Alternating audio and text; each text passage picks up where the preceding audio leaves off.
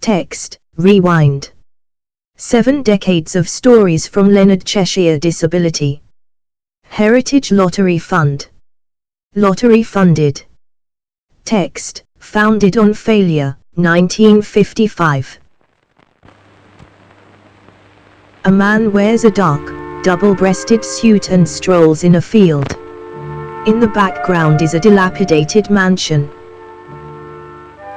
I'm talking to you from the grounds of an old house at Liss in Hampshire. And behind me, up there on the hilltop, lie the ruins of what was once a stately Victorian house. This was Lee Court. In this house, 7 years ago, Group Captain Cheshire contemplated the failure of his hopes and ideals. Through this door came a former aircraftsman, dying and in need of a home. This Cheshire provided, and within 18 months, 30 more of the chronic sick found a home beneath this roof. But the house was literally falling down, and you see it here in the process of its demolition. But the experiment had begun to work. Similar homes were founded in other parts of the country.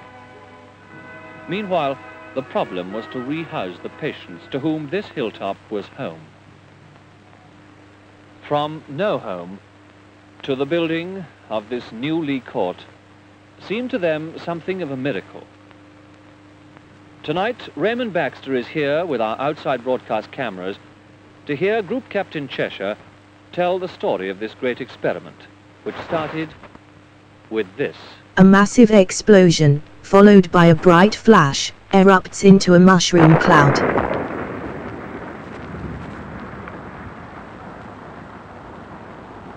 A man wearing a pale suit sits beside a tall row of bookshelves. A man with slick hair enters and takes a seat next to him. He holds a microphone. Good evening. The connection between that all too familiar plume of mushroom smoke and Group Captain Cheshire is well known. He was, of course, the first British airman to see the atom bomb fired in action. But the connection between that atom bomb explosion and the quiet parkland acres of Hampshire, where you join us now, is perhaps more obscure. And that, Group Captain, is my first question to you. Precisely what is the connection? Well, peace. I was looking for some way in which I could contribute towards peace. And having been one of the fortunate ones who survived the war, in common with many others, I wanted to add my contribution towards the goal that we're fighting for. Well, the atom bomb convinced me that the answer to peace lay in atomic energy. And so I came back to England, left the Air Force, and I had plans to devote myself to atomic energy. But of course I began to see the fallacy in this, and that atomic energy was something only of the physical sphere, and therefore couldn't be the only key to peace. So I began all sorts of schemes to try and help other people I thought would do good. And of course I launched myself into these schemes, and I started a kind of community scheme to try and help ex-servicemen resettle themselves. You remember it was a big problem then. Well, it was a very, very well-meaning scheme, but equally impracticable. Well, the title of this program is Founded on Failure, and that was, in fact, failure number one. Yes, it was, and it was a very big one, too. It was a failure. But it did have serve its purpose, because it left me with this very large empty house and a huge number of debts, about £18,000, and everybody gone, and I was trying to sort them out. And I was selling off everything I could lay my hands on, well, it belonged to me, to pay off these debts. But then something very significant happened. It did. See, I was still thinking of these various schemes and thought I'd go off and follow one of them, when there suddenly appeared an old man who was dying and had no one to take him in, and for want of anything better, I took him myself. And into the old house? Yes, into the old house, and somebody offered to help me look after him, and so that made me start. I took him in and decided to look after him till he died. And that you thought was going to be the end of it? Oh, I did, yes. I thought by that time I'd have settled my debts and gone off and started one of my schemes. But other things happened. Instead of one old man, there came another, yes. And another and another. Yes, many. And eventually the house filled up, and we got helpers, and the house became organised as a home for the sick. But then, disaster again, the house started to fall down. Yes, it did. But it did. I mean, you smile now, but it left you, in fact, almost by yourself, with 30 chronically sick people on your hands, and the vital necessity either to evacuate them or build something else. Yes, it did, but it turned out very well indeed, because we knew the house had to be evacuated. We said, well, there's only one thing to do, get on with it and take the next step, and that was to get an architect and ask him to design some plans. What about money? Well, we didn't have any, we had an overdraft, but what we thought was we'd buy as many bricks as we could with what money we had and start building, and then stop until we could get some more money. But that was put right because the Carnegie Fund came along and they gave us a whole new building. Hence Lee Court. Hence Lee Court. But about that time, you relinquished your command, as it were. Yes, I did. I realised that I wasn't very good at running a nursing home and that it was a little bit disorganised, and I would have to call upon people who knew more about it than I did. So I was fortunate enough to get a committee, and they gradually took over the running of the house for me. And that left you free to do other things. Yes, it left me free. I went off down to Cornwall, and there the same thing happened. Another man came along who had nowhere to go, and he was ill. He was a naval man. I managed to find an old building I could get for nothing, and took him in. This was St. Teresa's? Yes, it was St. Teresa's. It was an old RAF aerodrome called Predannock, and we got the old headquarters block. But it looks very nice from outside, but I imagine inside, as a place for taking care of the sick, it was not all that could be desired. No, as a matter of fact, when we took it on, the only inhabitants had been the cows. And there wasn't any drains, there was no electricity and no water, but we got the help we needed.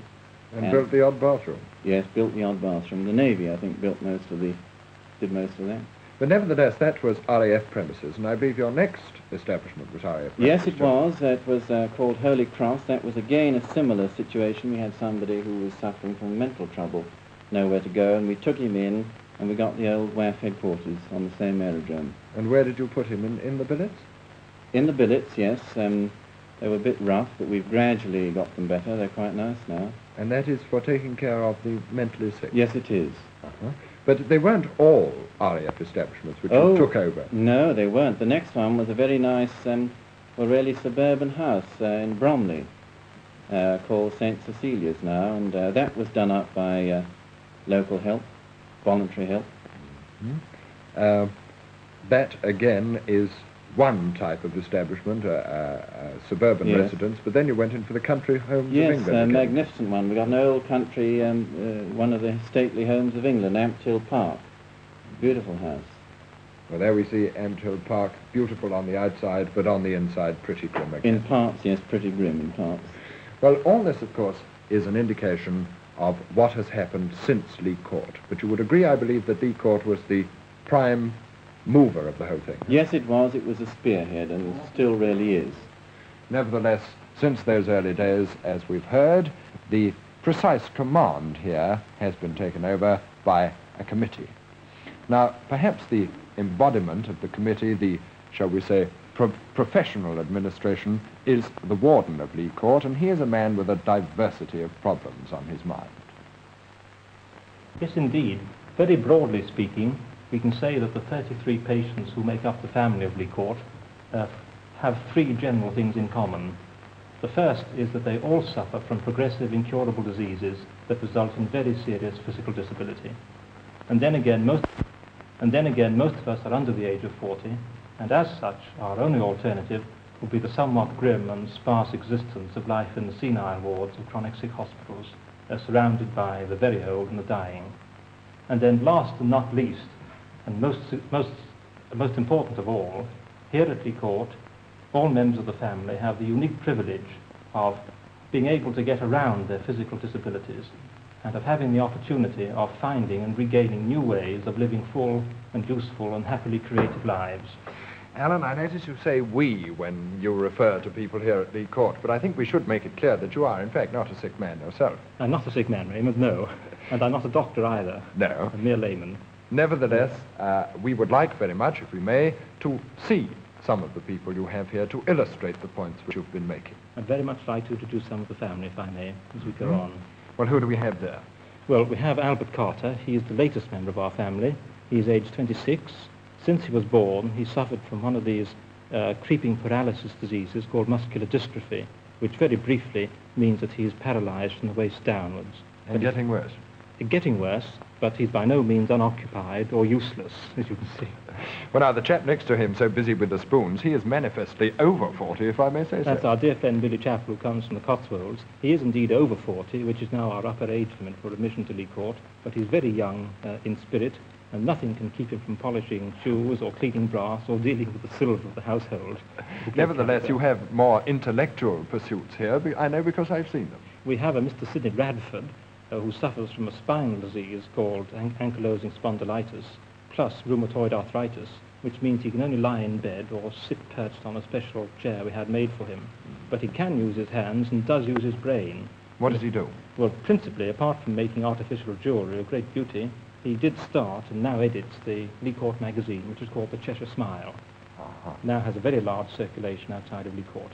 What other outstanding characters do you have? We have Jim Best, who is a most outstanding personality indeed.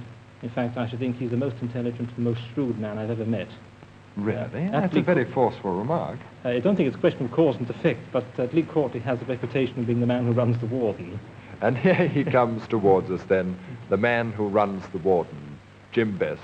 We're going forward to the television viewing room now to meet Jim as he makes his way down, and notice how mobile and independent he is. He is, of course, crippled from the waist down. Crippled from the waist downwards, very seriously handicapped. He can't move his hands from the level of the shoulders up either.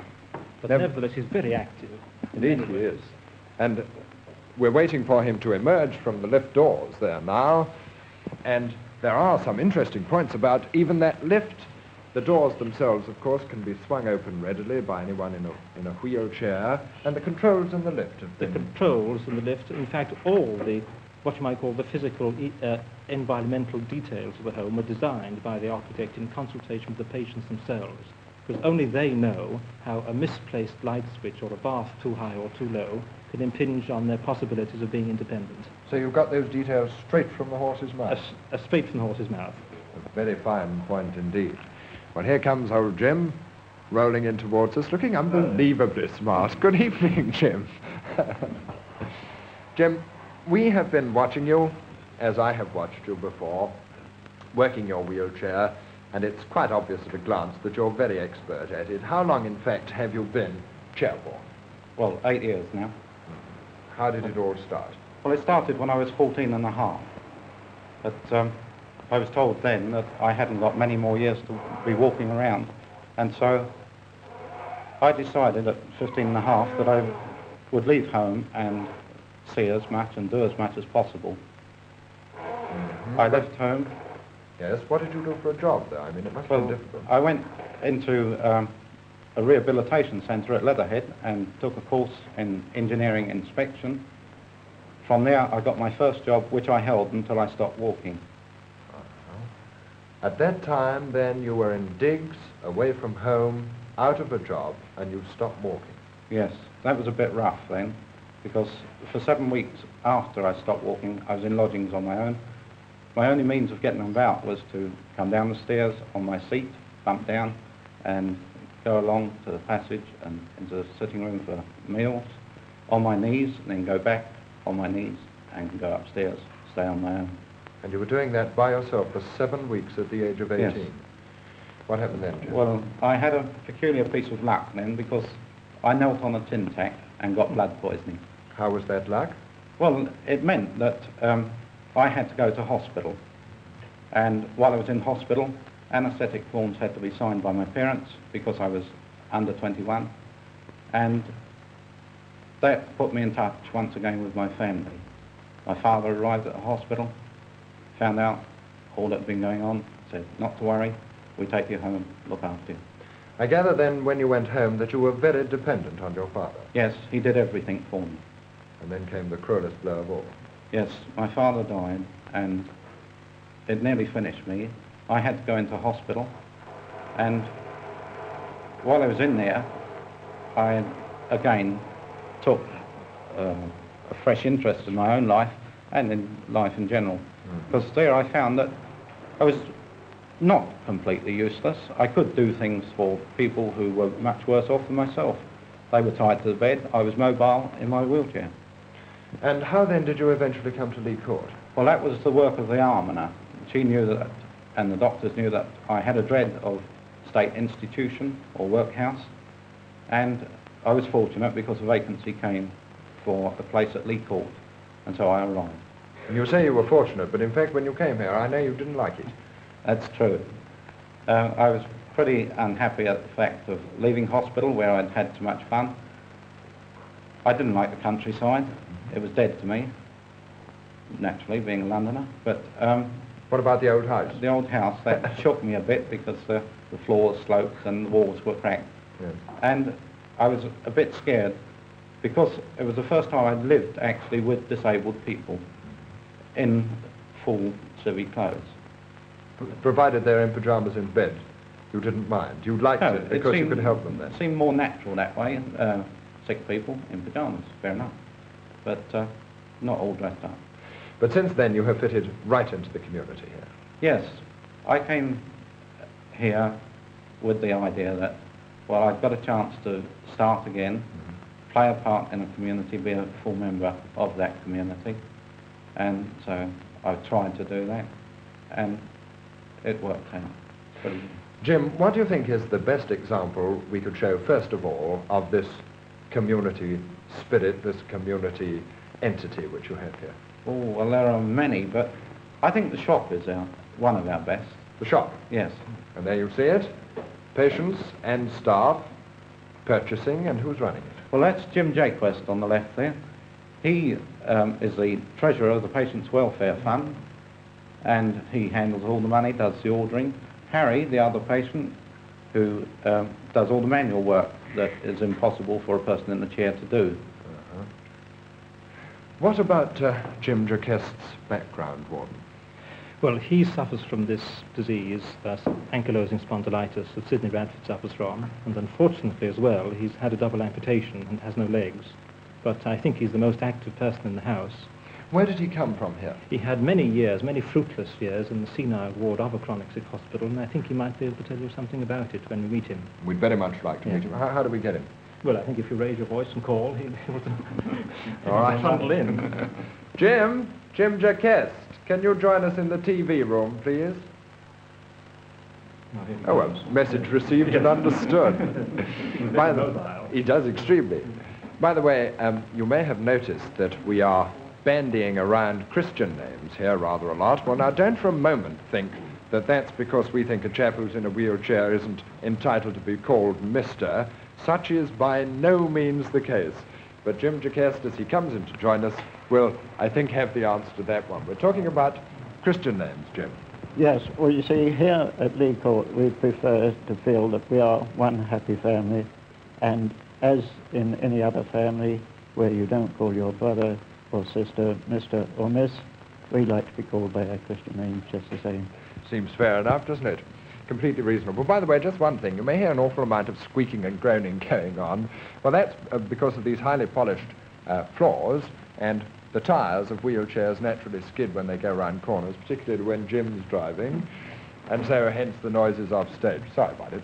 Well, now, Jim, you were in a senile ward before you came here. Yes.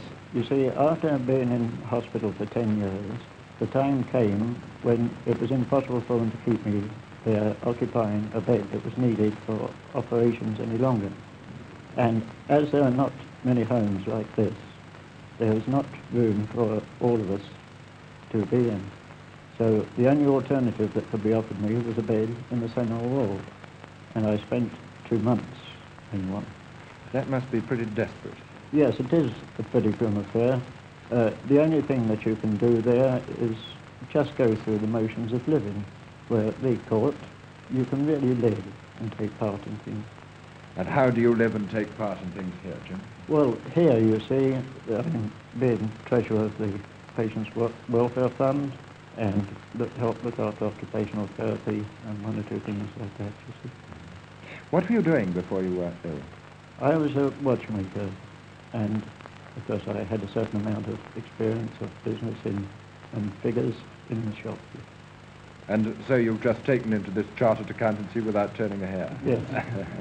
Very fine indeed. Well, now, Jim, that's all very well, but you can use your hands and arms, you can write and so on. But there are people here who can't move a limb at all. Yes, that's right. I am more fortunate than many. But there are others who still serve a useful part in the community, because although they cannot use their hands, they use their head and brains, and somebody else uses hands for them. To the common good. Yes. I mean, one good example is Molly. She's a grand character, you know. And there she is. Well, there's the cooperation of well hands with sick hands. Warden, what's Molly's background? For many years, Molly ran a very successful high-level fashion shop in Glasgow.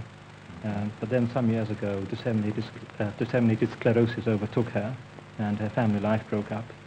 And after some fruitless years in hospital, Lee Court was very happy to be in a position of offering her a vacancy. Jim Best, how does it feel to have a lady of fashion in your midst? Well, it's very good in many ways because it keeps you up to the mark, and it's a bit wearing too because she's a bit of a bully. I mean, we have to shave if we sit at her table for breakfast. Well, that's fair enough. Well, there we see the hats which Molly makes. Those were some of her work, weren't they, James? Yes, and there you see, you get the combination of brain being used with somebody else's hands. Yes, and from the look of Molly's face and what she's saying, I hope she didn't hear what you said, Jim Best, but it looks as if she may have done it then. Well, now, Molly makes these hats for her own amusement, though they're very fine hats too, but other activities here are more immediately connected with the day-to-day running of the establishment, aren't they? Yes, I think another good example is the laundry. The laundry? Yes. Well, how does that run? Well, that is run by two of the other patients. Uh-huh. Well, when you say run, they don't actually do Well, the laundry, they do do the they? sorting out of the laundry, you see. Who are those two people, Warden? Well, we've got Antoinette Harcourt-Williams and Hugh Evans. They've been here for quite a number of years and are most valued members of the family. We couldn't do without them. I must say, they seem to go about their task of checking the laundry with considerable abandon. And, yes, That's fairly standard practice, isn't it? fairly standard practice twice a week, Tuesdays and Fridays. Yes. And the way it's done is equally standard Yes, practice. but I must say it's most efficiently done. It's not quite as slap-happy as it might appear. No, I'm sure it isn't. What other of your friends would you like us to meet, James, do you think? Well, there's Harold Cole. He's Yes. sitting out in the hall. I just passed him as I came through Yes. just now. I think I noticed him. There he is. Again, his background, Warden. Harold Cole is a most remarkable character. He was all right until the age of 7. He's now 24, but at the age of 7 he contracted a very insidious form of disease called spinal bifida, which in a word means he stopped growing physically, though he certainly hasn't stopped growing mentally. He had 13 or 14 years in chronic sick hospitals until 4 years ago we had the unique opportunity of offering him a vacancy here. And since then, neither Harold nor Lee Court has ever been the same. Well, I can personally vouch for that because I've met young Harold Nipper, and in fact, I've got a letter here which he sent to us when we were thinking about this program, and obviously it presented some problems, and we were told by the warden, ask the patients, they'll tell you how to do it. So we did, and Harold wrote us this letter, and I'd like to read it to you. Before I came to Lee Court, I was in a hospital where the patients were all heart disease and stomach trouble. They were all old age patients. I was there for 2 years and I did not like it because they died quite often and it made me feel bad. Then I went to another hospital. Patients used to go there to get massage so that they could get better and go home. Some of the patients at this hospital were quite young. I was not there a year, then I had to come to Lee Court. I didn't know anything about Lee Court or of GC, that of course is Group Captain Cheshire. He's universally known as GC around here. It took me 2 weeks to settle down, but after that I seemed to like it very much. All the patients and staff were very nice to me. They gave me a wonderful 21st birthday party, which I never dreamt of. I had lots of nice things from everybody here. I did manage to meet GC when I first came here. I thought he was a very good chap and full of good fun. I do honestly think that Lee Court has changed my life altogether. I am very happy here, which I have not been for a long time. Well, the letter goes on, but Now I think we'd like to meet Harold, could we? Yes, I think you'll find him in the hall. Right. I'll go on out there. A young blond man sits back in a wheelchair, legs slightly raised. He works a needle dexterously through a white piece of cloth with his hands. Hello, Nipper. We've been talking about you. What are you busy at now? Doing some embroidery. Embroidery? Yes. Let's have a look at this. Lovely work. How long have you been working on that? About a month. Is this a new activity of yours? Yes, it is. What else do you do? Basket making and paintings. But you don't work all the time, I know, No. because you've just been on holiday. That's right, yes. Where did you go? I went to Guernsey, and Lovely. it was a very nice experience because I really never been there before, and also never been on a boat before. But people there was very, very nice to us. Made us homely very well. Was the weather kind to you? Yes, the weather was marvellous. Did you go to the sea? Yes, I did. Jolly good. So now I suppose you're just waiting to go back to Guernsey again. Yes, I am really. Lee Court's not good enough. Back to the Channel Islands. Hello. Not at all. We could go on all night. Do you want to take him away? Gonna... You want to see the rest Yeah, of the program? I'm gonna Chap, watch you that. are the program. I know. All right, away you go, Nipper. Thanks very much indeed. Bye-bye, man. See you later. Embroidery, I suppose, Warden, is a fairly important aspect of the activities which Yes, you can conduct embroidery. here. But not only embroidery, we go in for weaving. And one of our family, Joy Ernie, not only weaves, but weaves with her feet. She's a spastic paraplegic and has been like that ever since she was born. She hasn't much movement of her hands and can't speak very well, but she has got some control of her feet. And we have been able to teach her to use with her feet a hand loom. And only a few weeks ago she gave me a very charming birthday present in the form of a scarf woven in my old college colours. How very charming, and she's the sunniest little soul in the place, I can assure you. Well, there we see a hand loom adapted for the use of the feet. Yes. And this question of adaptation is a very important part of helping people to play their part in the community. There's another very simple example there. We've got a friend called Phyllis Stroh who suffers from very bad form of rheumatoid arthritis.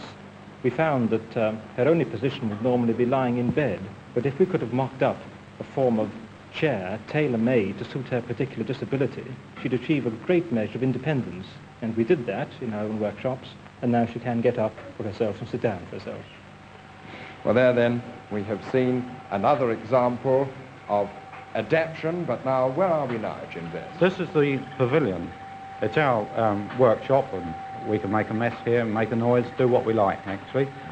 Those two lads, that's Neville and Leonard. They're both on the fret saw. We like to try and do the things that people want to do, use machinery as men normally would do outside. Why two chaps on that machine, Jim? Well, for the simple reason that one chap alone couldn't handle that piece of wood with the hands that they've got. I see. So two cooperating can do a job. Well, you mentioned machines. There's a man-sized machine indeed. Yes, that's Ted. He was used to using machinery before he was disabled.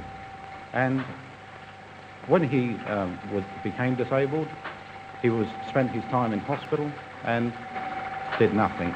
And he was in the senile ward. And so, coming back here, he got his press. What about this chap who's obviously engaged on photography? Was he a photographer before? He worked a great deal on photography, and he had all his paraphernalia. He brought it along with him, and a dark room was provided for him. And it's been a great asset to us to be able to use him. But You use him, he uses you. Yes. That's about it, isn't it? we use his photographs for publicity, for our work, you know, to try and raise our own funds. All part of the community again. Well, I don't know. We've shown you a lot of things in a very short time. I don't know if they may have confused you a little. They may even perhaps have surprised you. We have invaded this place with our lights and our cameras and our noises off stage, and we have shattered the peace, which I promise you abides here. We have tried to show you a spirit, and a spirit is a very elusive thing. And I think that the best man to sum up for us and show you to what this spearhead Lee Court is aimed is the man in whose company we started this program, Group Captain Leonard Cheshire. Well, all this started for me right out in the east over Nagasaki at the dropping of the atomic bomb. And over there I conceived a great desire to play my small part as best I could in contributing towards the peace that everybody had fought for so hard. The trouble was I didn't know how to go about it, and I set about many plans until eventually I was brought here to this house where I met this old man. And I had no option but to look after him because there was nowhere else for him to go. And from that there grew the other homes that we have, and these homes have spread over this country, and to my great surprise they've now spread out to India. And we have there our first home opened, and in a short while, a few days' time, together with several helpers, I'll be going out there to see this first home and to see if we can't start any others. The story from the beginning has been rather a story of ruins. It started over ruins. It was a story of ruined health and ruined lives and ruined bank balances and ruined houses. And now we have rather a ruined bus which we're putting together ourselves, and we hope to drive out, anyway, partly over land, partly by ship, out to India. Now all this has shown me that peace in the last resort only depends upon God. And God will give us peace in proportion to the sacrifice we're prepared to make for it. Peace isn't just a question of politicians, it's a question of each of us at our own level doing what we can to bring peace in our own lives and in those of our fellow men. As it were, many small drops going up to make the one big ocean of world peace. Group Captain Cheshire stands behind an empty wheelchair, hands resting lightly on the handles. Jim Best wheels himself down a long corridor with a gentle twist of his hands on each wheel.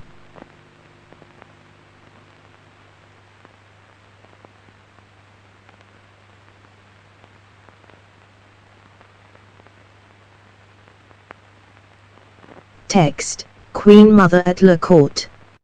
Movie at Own News. A stately black Rolls-Royce slows beside a brick building.